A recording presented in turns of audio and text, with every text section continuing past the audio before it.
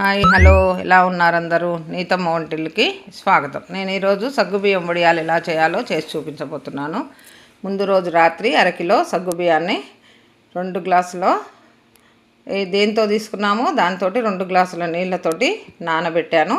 మరుసటి రోజు అదే గ్లాస్ తోటి 6 గ్లాసులు నీళ్లు తీసుకొని ఈ నానినటువంటి సగ్గుబియ్యం చూడండి, ఇట్లా చిదిపేటట్టు ఉండాలి. నీళ్ళు కూడా మొత్తం పీల్చుకొని నిండుగా ఉన్నాయి కదా, మొత్తము అదంతా పీల్చుకున్నట్టుంది కదా. దాన్ని 6 గ్లాసుల పోసి దీంట్లో ఎండుమిరపకాయలు పొడి చేసుకొని ఈ నీళ్లు మరిగిన తర్వాత దాంట్లో కొద్దిగా జీలకర్ర ఉప్పు వేసుకొని ఎండుమిరపకాయల్ని చక్కగా మిక్సీ పట్టి దాంట్లో వేసాను.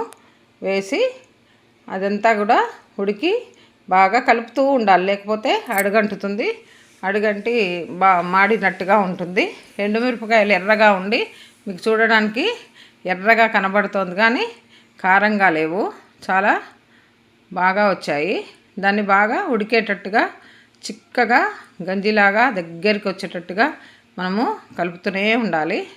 కలిపి ఒక గరిటె తీసుకొని ఒక వర్క్ పేపర్ మీద దీన్ని చక్కగా ఇట్లా గరిటెతోటి పోయడమే.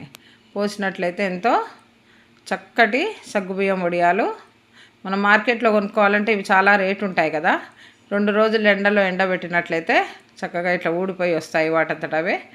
వాటిని తీసుకొని నూనెలో వేయించినట్లయితే చక్కగా పాపడాల్లాగా ఎంతో మంచిగా ఉంటాయి, రుచిగా. సాంబారు అట్లల్లోకి పులుసు కూరలలోకి చూడండి ఎట్లా ఊడొస్తున్నాయో, వాటంతట అవే ఊడి వచ్చేస్తాయి. కొంచెం జారు కాకుండా నాకు కొద్దిగా జారు అయినట్టుగా అనిపిస్తుంది. అంత జారు లేకుండా కొద్దిగా చిక్కదనంగా చేసుకున్నట్లయితే ఇంకా బాగొస్తాయి. కరివేపాకు కూడా ఇందులో మిక్సీ పట్టి వేసుకోవచ్చు. ఇగో ఈ విధంగా వస్తాయి. వీటిని వేయించుకున్నట్లయితే చక్కగా అప్పడంలాగా ఎంతో రుచిగా ఉంటాయి. ఇట్లా తుంచగానే కరకరలాడేటట్టుగా ఉంటాయి.